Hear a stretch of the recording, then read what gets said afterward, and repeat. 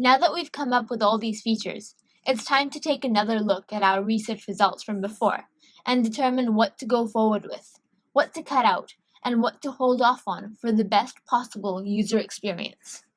It's easy to fall into the trap of everything's important and the users will love it, but you have to be critical. The best products are focused on doing what they do very well.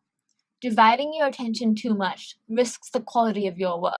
Sometimes you have great ideas, but it just isn't the right time. Apple had all the technology for the iPod back in the 90s, but they waited till 3 years after MP3s became big because they knew the real success would come from iTunes.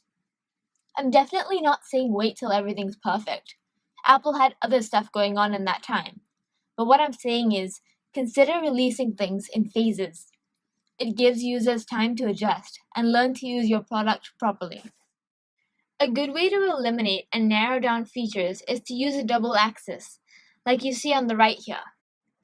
By looking at features individually in terms of fixed factors like frequency of use, cost, necessity, and time it takes to develop, you eventually get a clear visual of where they all lie in relation to each other. It's then about limiting yourself to the things on the top right of the chart.